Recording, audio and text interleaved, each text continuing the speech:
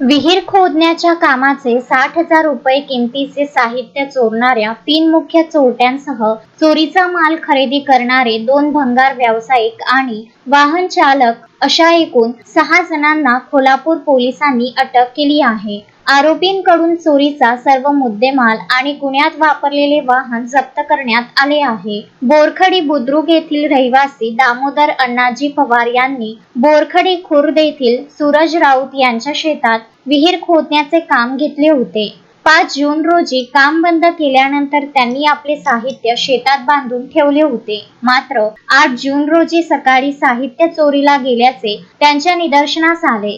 अज्ञात चोरांनी शेतातून 40,000 रुपये किमतीचे 20 लोखंडी तराफे आणि 20,000 रुपयांचे 20 लोखंडी टप असा एकूण 60,000 रुपयांचा मुद्देमाल लंपास केला होता.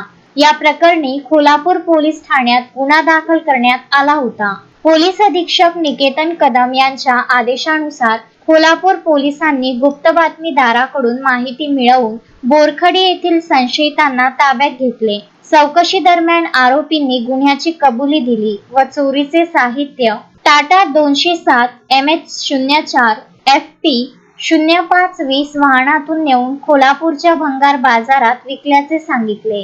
अनिल सोळंके, दिवाकर सोळंके, प्रशांत चव्हाण तिघेही राहणार बोरखडी, उमर खान, साहेब खान, अमीन खान, बने खान दोघेही राहणार कोल्हापूर, प्रथमेश कुंभेकर वय 20 वर्ष राहणार इस्तलापूर अशी अटक करण्यात आलेल्या आरोपींची नावे आहेत. पोलिसांनी 40,000चे 20 लोखंडी तराफे, 20,000चे 2 लोखंडी टप आणि गुन्ह्यात वापरलेले टाटा 207 वाहन जप्त केले आहे.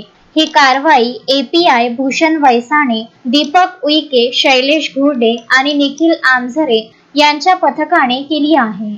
शोएब खान, विदर्भ न्यूज, अमरावती.